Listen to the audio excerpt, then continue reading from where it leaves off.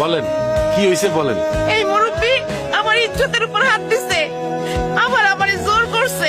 এই মেয়ে, কি বলতেছো তুমি এইসব? মুরব্বী, এই পুলিশের পোশাক পরা যা খুশি তা করবেন মনে করছেন? তোমারে আমি আমার ছোট বোনের মতো দেখি।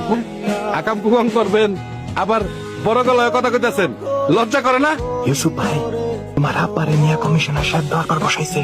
কমিশনার, আপনি যতই চক্রান্ত করেন আপনার মামলা আমি তুলে নেব না। হুদাই উত্তেজিত হইতাছে, কেউ তো আপনার গায়ে হাত দিব না। আপনার লিগে একটা স্পেশাল ব্যবস্থা আছে। আপনারা কি বিচারে খুশি?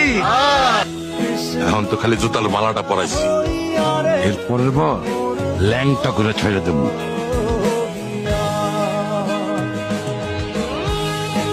আব্বা, ভাই ভাই ভাই ভিডিও করেন না ভাই। আপনি দেন ভিডিও, ভিডিও করতে রাখুন না। আব্বা, আব্বা, আব্বা, তোমার কিচ্ছু হয় না আব্বা।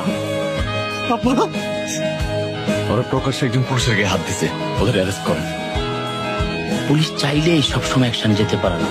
শোনো, আইন চলে এখন উপর মহলের নির্দেশে। তাহলে এতদিন পড়াশোনা, বিসিএস এগুলোকে উপর মরের ইশার নাচার জন্য? তুমি যেটা বুঝো না সেটা নিয়ে কথা বল। বুঝছি স্যার, এই দেশে আইন কানুন সব গরিবের জন্য, আর বড় লোকের জন্য উপরের মহল। এই বাংলাদেশে টাকা আর ক্ষমতার কাছে সবাই জিম্মি স্যার, সবাই। তুমি এখন বাসায় যাও, আমি সব দেখতেছি। কয়েকদিন পর তো তোমার ভাইবা। যাও, প্রিপারেশন নাও, বাসায় গিয়ে পড়াশোনা করো। শোনো, তোমার বাবার কিন্তু তোমাকে নিয়ে একটা বড় স্বপ্ন। আমার তো জ্ঞান দরকার নেই, আমার আব্বার সাথে হওয়া অন্যায়ের বিচার দরকার। পুলিশ চাইলেই সবসময় অ্যাকশন যেতে পারে না। আইন চলে এখন উপর মহলের নির্দেশে। মন ভালো হয়ে যাবো।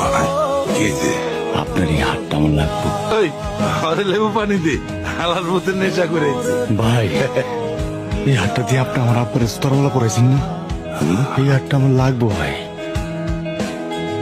ভাই আচ্ছা আচ্ছা